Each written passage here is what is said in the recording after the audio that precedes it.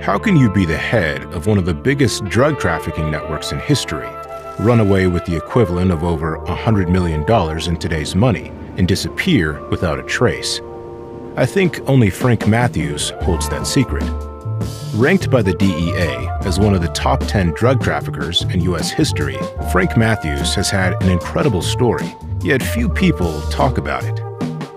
Based in Brooklyn in the 60s and 70s, this young African-American gangster, in his 20s at the time, was indeed at the head of one of the greatest criminal empires this world has ever known. His fortune was estimated at $300 million, the equivalent of $2 billion today. A colossal fortune acquired through the sale of heroin and cocaine throughout the eastern United States, a network that was totally independent of mafia control, which was extremely rare for an African-American gangster, and I'd like to say for an American gangster at all. By freeing himself from the mafia, Frank Matthews had done better than his predecessor, Bumpy Johnson, but also better in terms of fortune than Frank Lucas, the heroin dealer popularized by the film American Gangster. But then again, few people seem to know about this. No doubt Hollywood didn't want to popularize a criminal who had managed to beat the system. Because can you imagine a gangster movie with the thug running off with the money at the end? Because that's exactly what Frank Matthews did, even though he was supposed to appear in court. Disappearing from the face of the earth just like that, with his girlfriend and over $100 million in his pocket. A completely surreal and enigmatic end to a criminal career. In short, a mysterious gangster who certainly deserves to have his story told. So, get ready to dive into the most intriguing unsolved case of recent decades. And he had been identified as one of the largest, if not the largest, heroin trafficker in the United States. He was in a league of his own, and he was a top, not only an organizer, but a businessman. There's been a lot of recent movies on Lucas being the king of drugs. That's not true. And Matthews was the #1 heroin pioneer. I'd say he was definitely smarter than Frank, okay? Frank Lucas, yeah. Where he is today, God only knows. I think he's alive. And I say this unequivocally because he's a smart person. All of the agents who work on the case to this day believe he's still alive.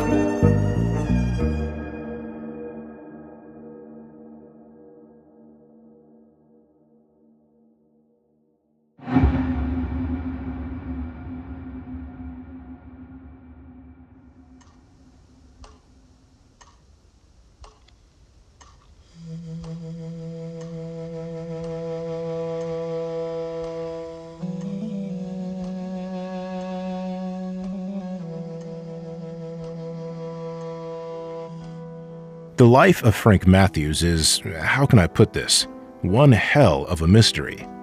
But what's even more of a mystery is his youth, about which we really know very little. The reason? The many conflicting accounts from people who supposedly knew him. Ricky Johnson, a native of Durham, the North Carolina town from which Frank Matthews came, tells us, "You hear so many stories about Frank Matthews. It's hard to distinguish what's what.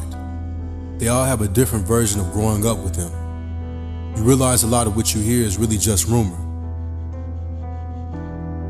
Another Durham resident agrees.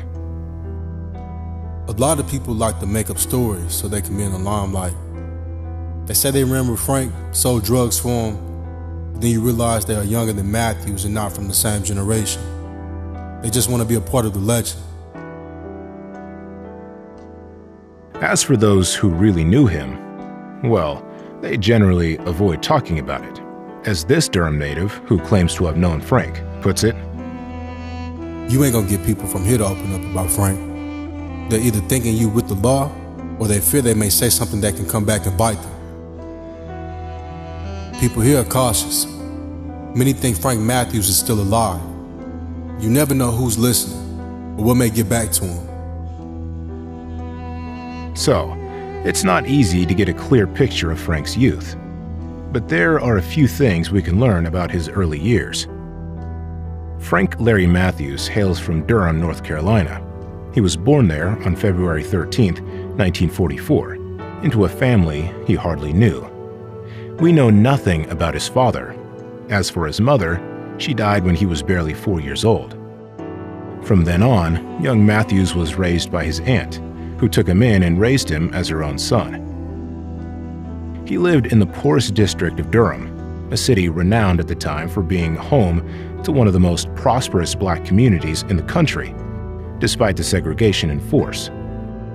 A Durham native and friend of Matthews recalls, "The Rand and segregation days had everything a black person could want. We had a lot of black wealth, per capita. We had more black millionaires than any city in North Carolina. The atmosphere of this period gave young blacks the incentive to try to achieve more." Which I'm sure Frank was, inspired without a doubt by all the successful black entrepreneurs in Durham. Al Bradley, an author who has written extensively on Frank's life, will say, Matthews must have seen lots of black-owned businesses and successful black men when he was growing up. That later gave him the chutzpah to circumvent the Italian Mafia in the drug business. That was unheard of at the time. Something in Matthews growing up gave him the confidence to stride fearlessly into a world that didn't respect him. Frank made his mark from an early age, especially with his classmates and the boys in his neighborhood. He seems to be a born leader, whom children of his age want to follow. People who knew him as a child used the same two words to describe him: strong and charismatic. Qualities that would later enable Frank to compete with New York's most ruthless gangsters. At school, however, the picture is not the same. Frank lacks seriousness and seems disinterested in his schooling. What he prefers is to be on the streets, an environment in which he's like a fish in water. No wonder he dropped out of school at an early age. All he wanted to do was make money, as one of his childhood friends recalls. Even in those days, he was all about money. Frank was a hustler. Frank Matthews could also be generous to his loved ones. On the other hand, you didn't want to mess with him because he could also turn violent, as another of his comrades points out. Frank was a natural who would fight anybody over anything.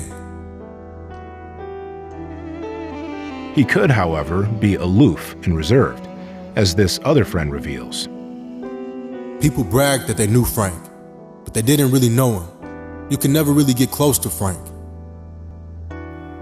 As a teenager, he became the leader of a gang in which he was involved in several petty crimes, including the theft of chickens from a local farm, which led to his arrest at the age of 14. He later joined a hairdressing school, but only stayed there a few months.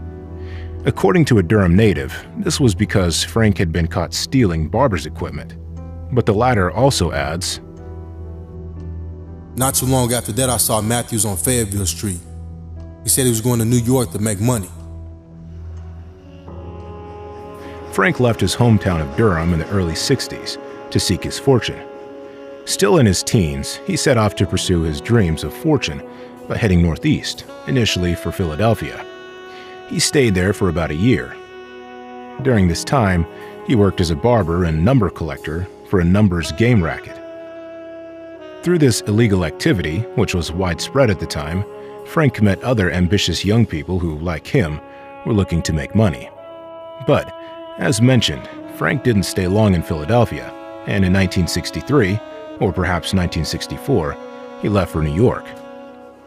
A logical choice for Roger Garay, a police detective who had investigated him. New York is a city of opportunity for an ambitious gangster, as well as for those who want to make an honest living. Frank moved to Brooklyn and continued to do what he had been doing in Philadelphia, working as a hairdresser while organizing illegal gambling. He continued this activity for some time before tiring of the numbers game racket and turning to a more profitable business: drug dealing. Frank was quick to see that the black drug dealers in his neighborhood were lining their pockets, so it didn't take long for him to decide to follow, as Inspector Roger Garay points out. I think Frank woke up one morning and decided to hang up the barber's white jacket. Frank said to himself, I'm going to be the dude who wears the $300 silk suits and drives the Lincoln. In the 60s and 70s, an illicit substance spread massively in New York: heroin. At the time, the drug was creating a veritable epidemic, fueling violence and disorder in the black community, a chaos that one of the city's former police officers remembers. The year after King's assassination, we had more than 2,000 homicides in New York. The majority of them were in Harlem, and I'd say about 85% of them were drug-related.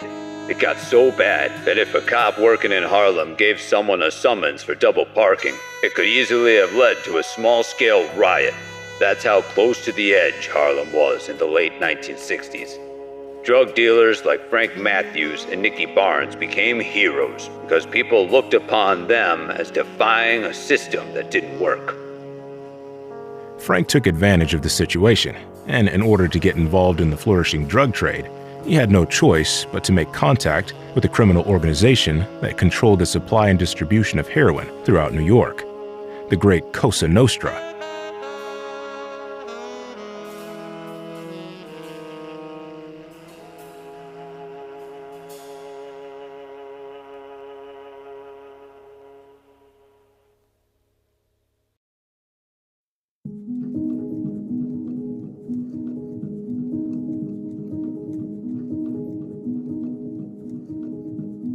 In the 1960s, the drug trade on the U.S. East Coast, and particularly in black communities, was controlled by New York's 5 major mafia families: the Gambinos, the Lucchese's, the Bonanos, the Genoveses, formerly Luciano, and the Colombos, formerly Profaci. For a time, the trade was dominated by Jewish gangsters, notably Arnold Rothstein, an organized crime figure who, as early as the 1920s, had grasped the lucrative potential of this illegal trade, helping to organize and expand it in Uncle Sam's country. Then, in the 1930s, the Italian Mafia, seeking to diversify after Prohibition, joined the Jewish underworld in drug trafficking, before monopolizing the market in the following decade. After the Second World War, heroin, which the Mafia trafficked, was imported from Italian refineries. These refineries closed after the Italian government decided to ban heroin manufacture in the early 50s. Left with no choice, the Mafia looked for other sources of supply. And it was here that the French Connection was born, with the establishment of an even more sophisticated smuggling network in which opium was cultivated in Turkey, then sent to France for processing in clandestine laboratories, and finally distributed throughout the United States. This network, which thrived in the 50s and 60s, enabled the American Mafia to continue trafficking drugs in the United States and New York. To penetrate this market and start selling his first kilos of heroin, Frank Matthews had to go through the Cosa Nostra. He did this by trying to form a partnership with the Gambino and Bonanno families, but for one reason or another, they turned him down. Many would have been discouraged by this refusal, but not Frank. He was young, ambitious, and determined to make his mark in the dope business, so he persevered until he found another opportunity. An opportunity that came from Spanish Raymond Marquez, an acquaintance of Frank's known at the time as the king of the underground lottery in Harlem. He had connections, which he passed on to Frank, putting him in touch with a Cuban gangster by the name of Rolando Gonzalez Nunez, a major cocaine supplier who, in the 1960s, was one of the biggest coke dealers in New York, before fleeing to Venezuela because of legal problems. Frank gets in touch with Rolando and the deal is sealed. He buys his first kilo of cocaine for $20,000. The relationship quickly developed into a drug trafficking network. The Cuban drug trafficker regularly sent him large shipments of cocaine and heroin from South America, and Frank expanded his business by reselling the product in New York. And it didn't take him long to make his mark, becoming one of the city's biggest drug dealers in just 1 year. At the time, Venezuela was one of the Latin American countries where the Cosa Nostra was established. For drug traffickers, it was a strategic location, particularly thanks to its geographical proximity to the United States. An ideal base, which the French Connection used to transport its heroin to Latin America and distribute it to Miami, one of the main points of entry to the United States for drug trafficking. The Corsicans, with their ability to infiltrate and corrupt governments, were responsible for transporting the drugs to Venezuela. Then the Cubans would send the heroin to the United States before it was distributed throughout the country, including New York, where Frank, thanks to his collaboration with the French Connection and the Cubans, had become one of the city's biggest dealers. His network with the French Connection and the Cubans was paying off handsomely, although Frank knew he had to diversify. To do this, he set out to find new sources of supply and was prepared to do business with anyone as long as the product was pure enough.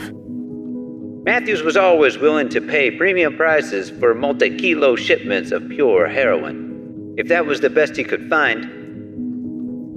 In the end, Frank was just the opposite of La Cosa Nostra, who sold its drugs at exorbitant prices with no regard for the quality of the product. And so, it wasn't long before his network expanded even further, supplying drugs to nearly 21 different states, particularly on the East Coast of the United States. It never reached California, but in time, it certainly could have taken over the whole country, as U.S. Federal Prosecutor William Callahan reports. If Matthews' wings hadn't been clipped as they were in 1972, he would have eventually dominated the national scene, and then he would have become a truly international kingpin. I think Matthews was so ambitious that could have been his ultimate goals. Frank Matthews' profits from heroin and cocaine trafficking were staggering.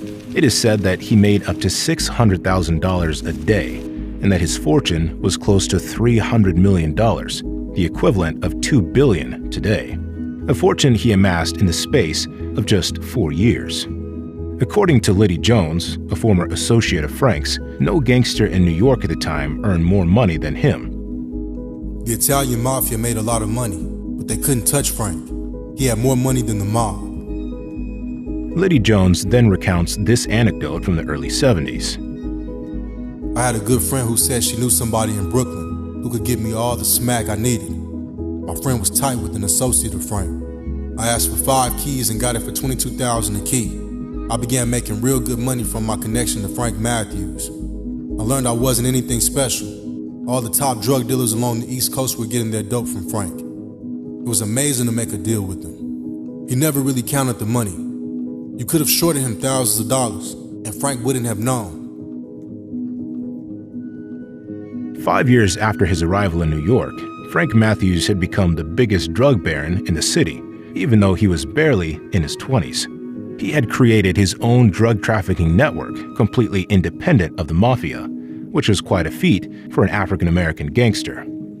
At the start of his criminal career, Frank Matthews was rather reserved in his lifestyle. He lived in a modest flat and didn't seem to do anything crazy, as Rick Talley, a former New York drug dealer who knew Frank in the late 60s, recalls. In those days, Matthews did not really stick out in the crowd. In the way he was dressed, the way he talked, Frank looked and moved more like a country kid from North Carolina than a polished gangster. However, as his drug empire grew, Frank began to take on a completely different role.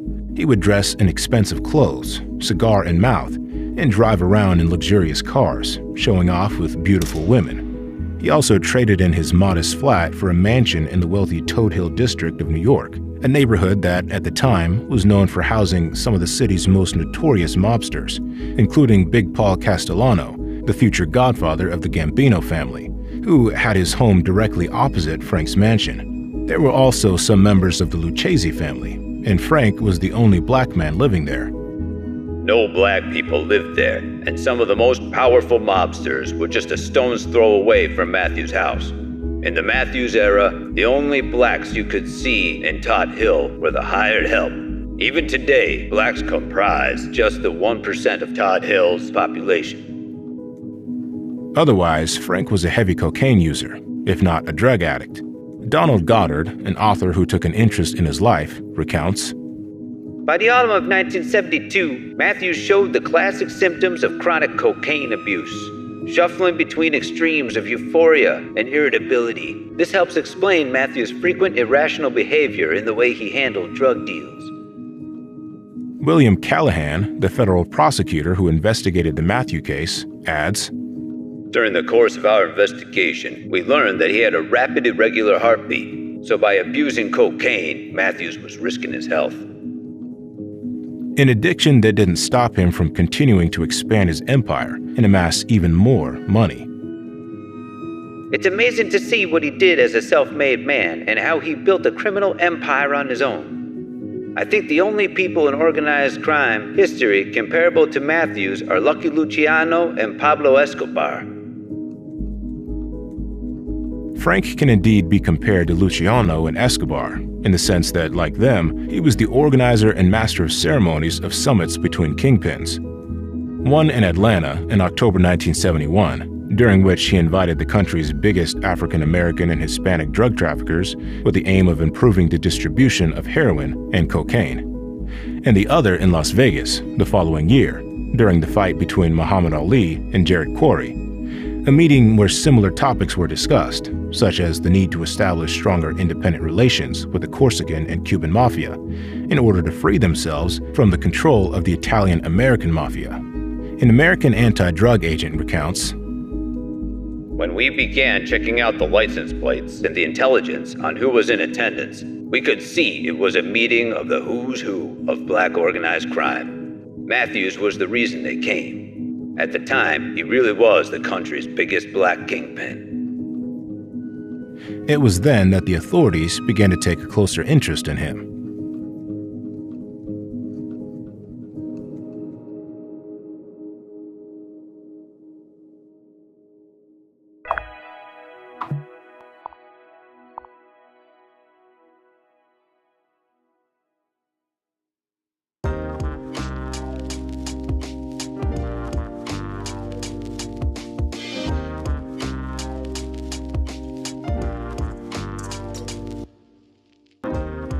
Las Vegas was a place where Frank Matthews often went. Like many drug dealers, he loved a city that had legalized gambling.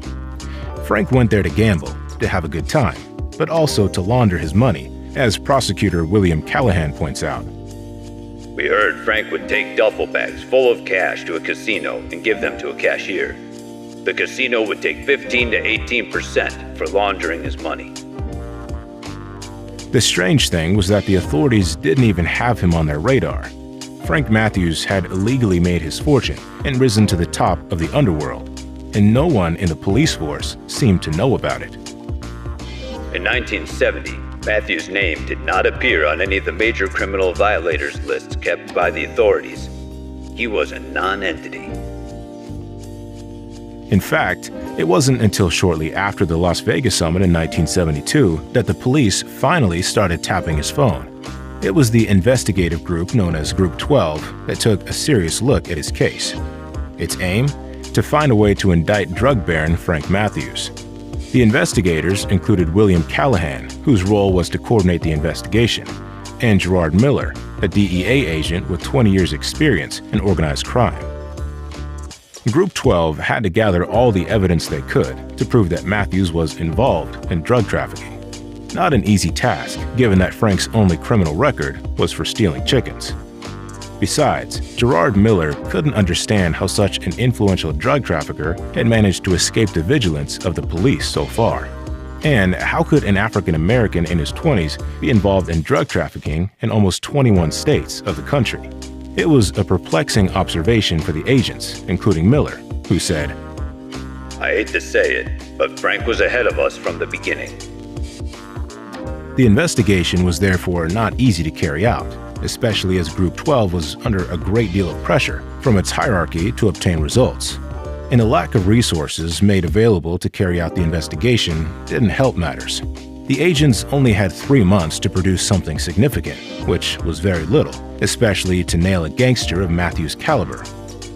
In reality, it would have taken several years of investigation to achieve a convincing result. But Gerard Miller and his colleagues did their best with the resources at their disposal. It was thanks to them that Frank Matthews' telephone calls began to be tapped in 1972. The U.S. anti-drugs authorities then lent their support to the case, followed by Interpol and the U.S. Tax Service, with whom Group 12 was working closely to pursue the drug baron. Together, they succeeded in locating and seizing assets belonging to Frank, including several real estate properties. The investigators then tried to tail his car whenever they could, but Frank was faster than them and always escaped, breaking every possible rule of the road. Frank was probably under the influence of cocaine during these chases. Or did he know in advance that he was being watched? Corruption was widespread in the NYPD at the time. Either way, it wasn't worth continuing for Gerard Miller, who tells us, "It didn't really matter. We knew it was futile to follow him. He didn't seem to fear anything." He once opened the boot of his car in broad daylight, took out kilos of drugs, and gave them to an individual in full view of everyone. As if Frank Matthews didn't give a damn about law enforcement surveillance. But it was only a matter of time before things turned in the investigators' favor. Early 70s. Frank Matthews' network continued to supply the United States with illegal substances and generate millions of dollars in revenue. Group 12's investigation progressed to the point where it caused the first damage to the drug baron's empire. It began with the arrest of several of his associates. The arrests followed one another over time, with tongues occasionally being loosened, giving Group 12 more and more evidence to flesh out their case. After a year's investigation, the authorities finally had solid evidence to bring down Frank Matthews. All that remained was to arrest him. The arrest took place at 11 a.m. on January 5, 1973. Frank was at Las Vegas International Airport with his girlfriend, flying to Los Angeles, when the authorities stopped him to handcuff him. Sometime later, they had obtained an arrest warrant for tax fraud and conspiracy to traffic drugs. Matthews had attempted, between April and September 72, to sell 18 kilograms of cocaine in Miami, with an estimated value of between $1 and $4.5 million. So, drug baron Frank Matthews was finally arrested. All that remained was to await his trial, scheduled for 7 months later.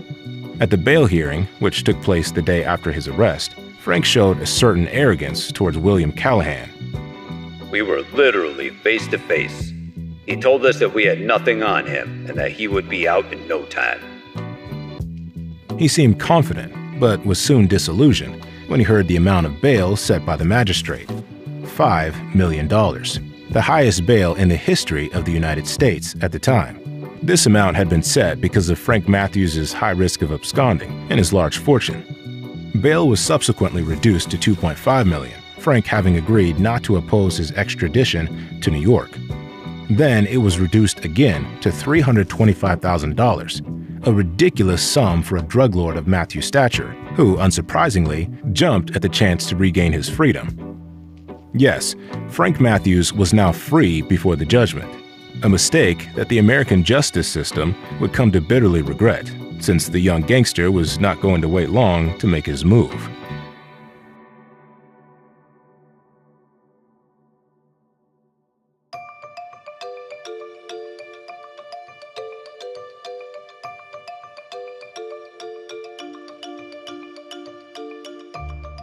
Frank had regained his freedom and was once again at the head of his criminal organization. For the investigators, this made it difficult to keep an eye on him before the trial. Police Inspector Roger Garay testifies. "We couldn't keep tabs on Matthews. We were stretched thin and simply didn't have the manpower to watch him 24/7. All we could do was hope and pray he would keep showing up in court." Hope was all that police had, because in the end, there was nothing to stop Frank Matthews from taking his belongings and disappearing with all his fortune. It has to be said that he was facing a life sentence, and that, in any case, the heroin market was increasingly unstable because of the gradual dismantling of the French Connection. So, based on this observation, there was nothing to stop him taking off. And that's precisely what happened on July 2, 1973, when the accused Frank Larry Matthews never showed up for the trial that was to send him to prison. The drug baron had disappeared, declared fugitive the day after his trial. So, what had happened? Well, some sources claim that Frank bid farewell to friends and gave away part of his fortune before disappearing for good. We heard Frank left New York with 55-gallon drums filled with money. Reggie Collins, a drug dealer at the time, says he was one of the last friends Frank saw before he disappeared. It was 4 a.m., and we were at Flaps on 119th Street. Frank said he was heading out of town and not coming back. I watched him drive off in a 1972 Ford Thunderbird. black body, white top. Never saw him again. Frank Matthews is said to have fled, but not alone, it seems, as his mistress, Cheryl Denise Brown, is also nowhere to be found. She had disappeared at the same time as Matthews, which suggests that the two ran away together. The authorities also claim that Frank Matthews laundered up to $20 million to prepare his escape, most likely leaving the country. $20 million at the time is equivalent to more than $100 million today, so that's quite a lot of money. The DEA offered a $20,000 reward to anyone who could help capture him. This was the highest reward since the one offered for John Dillinger in 1931. The authorities put out thousands of wanted posters across the country, receiving numerous calls from people claiming to have seen the fugitive. Unfortunately, these leads went nowhere. But the hunt for Frank Matthews intensified, and the DEA searched the world for him, having no doubt that they would capture him one day. Glenn Chisholm, one of the investigators involved in the search, recounts, "It was the biggest manhunt in DEA history, so I was excited to be a part of the team. But it was frustrating as well. It looked as if we had mountains of evidence, but as we moved forward, the leads seemed to vanish into thin air." However, we have learned that thanks to Interpol, which is collaborating with the U.S. authorities on the case, Frank Matthews has been seen in Rome, Amsterdam, and other European cities. Perhaps Frank Matthews was in Europe? If the reports on him are to be believed, it's entirely possible, but it was also likely that he was in Africa, Bermuda, the Bahamas, Venezuela, Philadelphia, Chicago, rural North Carolina, or maybe even Hong Kong. Yeah, that's a lot of places. The problem is that there's hardly any useful information in the files or any real leads to locate him. There are, however, some locations that are more plausible than others, like the Bahamas, a place where the fugitive owned property, Paraguay, known at the time to be home to the largest number of fugitive criminals, or Algeria, the ideal country for a fugitive in the 1970s, given that relations between Algeria and the United States were not very good at the time, and there was no extradition treaty between the two nations. The investigators therefore hoped that he was not there, because it would have been, shall we say, virtually impossible to capture him. The investigation group in charge of finding Matthews received hundreds of leads from all over the world. It was as if Matthews could be everywhere and nowhere at the same time. Getting information out of interviewees was also very difficult, as Glenn Chisholm reports, "During the entire time I was involved with the investigation, I never interviewed anybody who actually knew anything about Frank's whereabouts. They would say invariably that if they knew where Frank was, they would not tell us because Frank was generous with his money." Strangely, no one seemed willing to give any information about Frank Matthews. The investigators therefore interviewed other people, such as Barbara Hinton, Matthews' former wife, with whom he had 3 children. "We interviewed Barbara at her liquor store. The store was sparsely stocked, and it didn't look to be a moneymaker. Barbara struck me as being bitter. I don't know if she was that way personally, or if she was upset that Frank had left her. In any case, we believe she didn't do anything." Al Parrish, Glenn Chisholm's colleague on the Frank Matthews case, also gives us his impressions of the interview with Barbara Hinton. "It did not seem that Hinton had any recent contact with Matthews. What kind of man leaves his kids and doesn't show up again? Surely, if he was alive, he'd have stayed in contact with Barbara for the sake of the kids. I just didn't get it."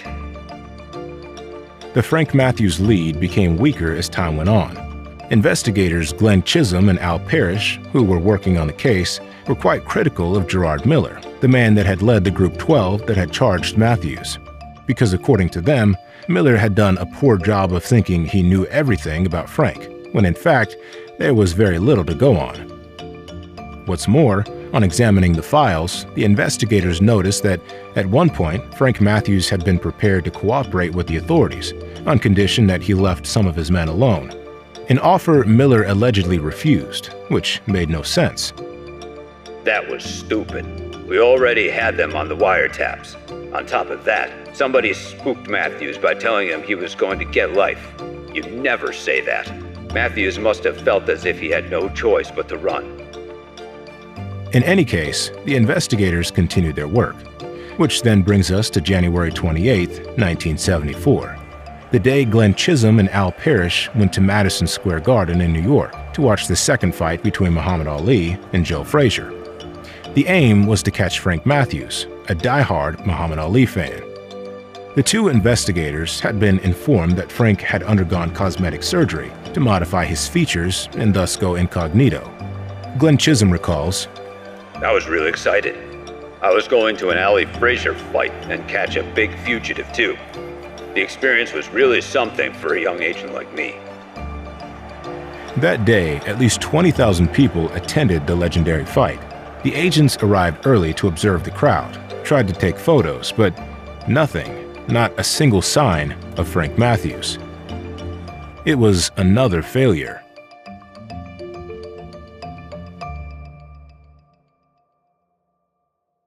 A year goes by, and the investigation group, which includes Glenn Chisholm and Al Parrish, has not made one iota of progress. It turns out that the investigators had spent an enormous amount of time looking for clues, examining the slightest piece of evidence, traveling across the United States and abroad to follow up potential leads, and in the end, had achieved very little. In the end, they knew as much about Matthews' disappearance as they did at the start, a status quo that prompted the DEA to disband the investigation group. We felt like we had wasted our time and had gotten nowhere. The DEA didn't have its act together. The investigation was then handed over to the U.S. Marshals, who took up the case from scratch, given the paucity of information on the fugitive. But here too, as time went on, leads became increasingly scarce. The DEA, which had kept the Matthews file open and continued to search, then saw a new generation of agents arrive in the following decades, who certainly knew Frank but had other things to worry about. This was a time when major drug traffickers in Colombia and Mexico were monopolizing all the attention of the American authorities, and the Frank Matthews case was no longer the DEA's priority. So, the U.S. Marshals took over the case and tried to locate him themselves, but it was always the same scenario. Mike Pizzi, a member of the U.S. Marshals who oversaw the investigation against Frank Matthews, recalls, We spent countless hours pursuing and harassing everyone we thought knew Matthews or who had contact with him. Some people were hassled to the point that they found it necessary to change their locations. Others got used to seeing us on a regular basis, and they didn't like it. A frontal strategy, but one that had its limits, as Dave O'Flaherty, also a member of the U.S. Marshals, points out. We didn't shake up anything.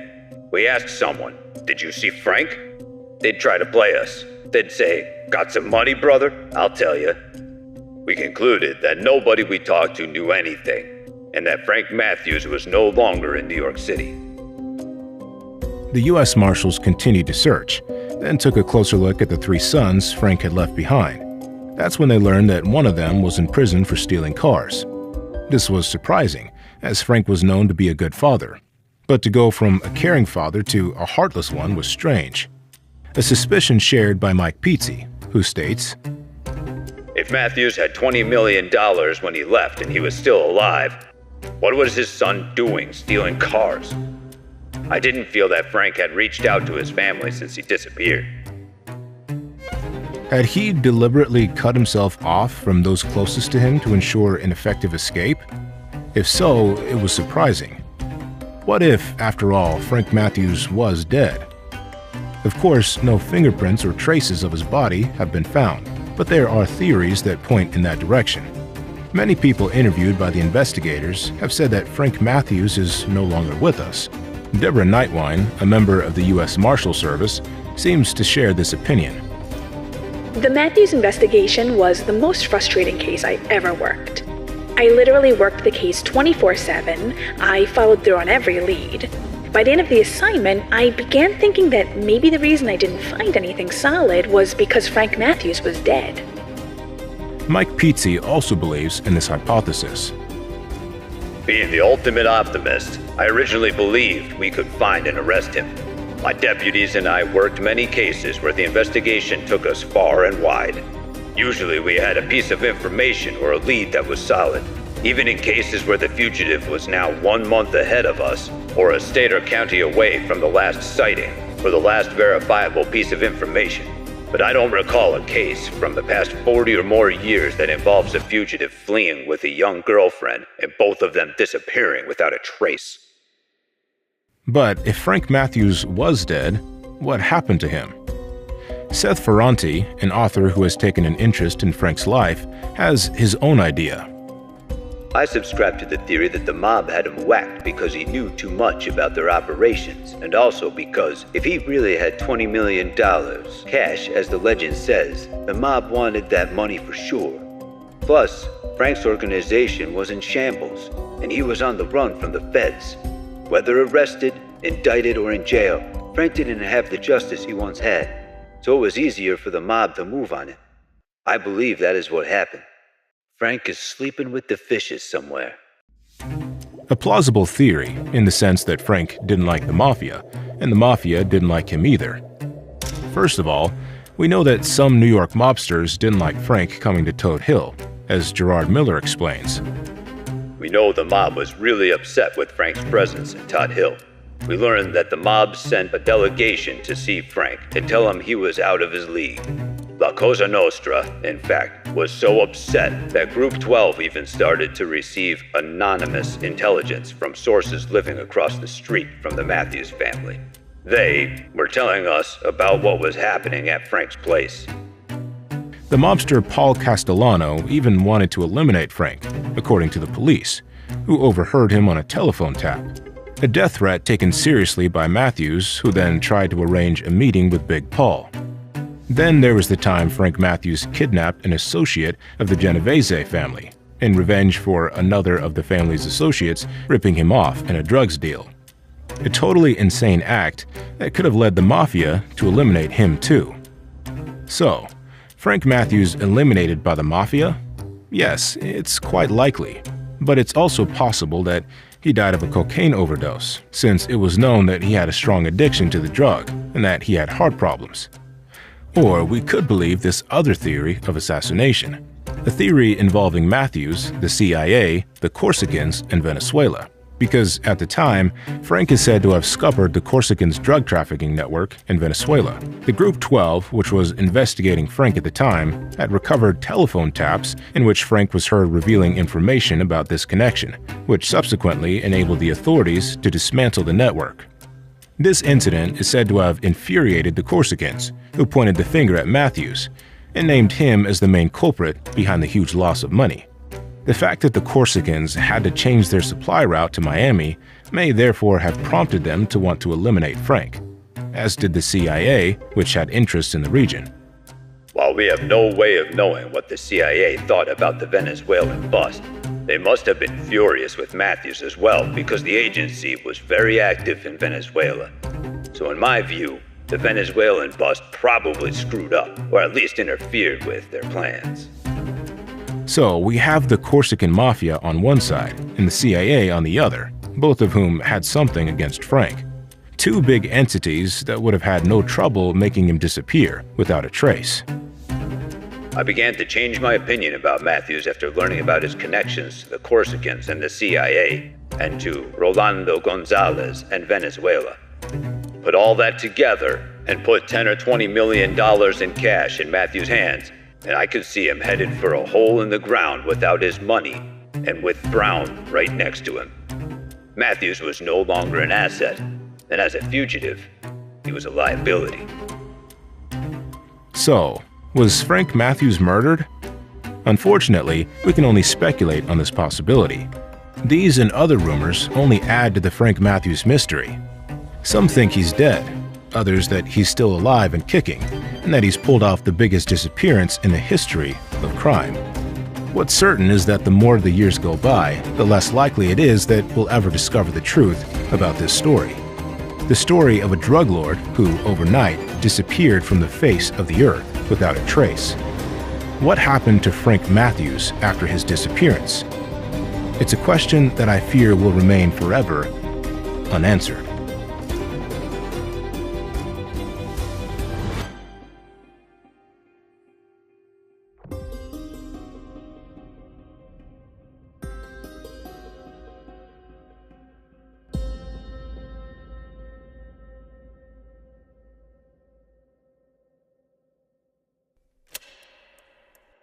I'll tell this, his body never turned up. Cheryl Brown's body never turned up. No bones were ever located.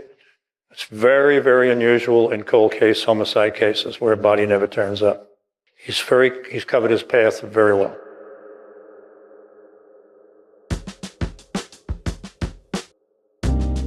So, what do you think? Is Frank Matthews still alive? I'd be interested to hear what you think.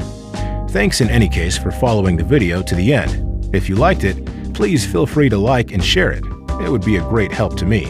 Hope to meet you again as quickly as possible. See you soon, and take care.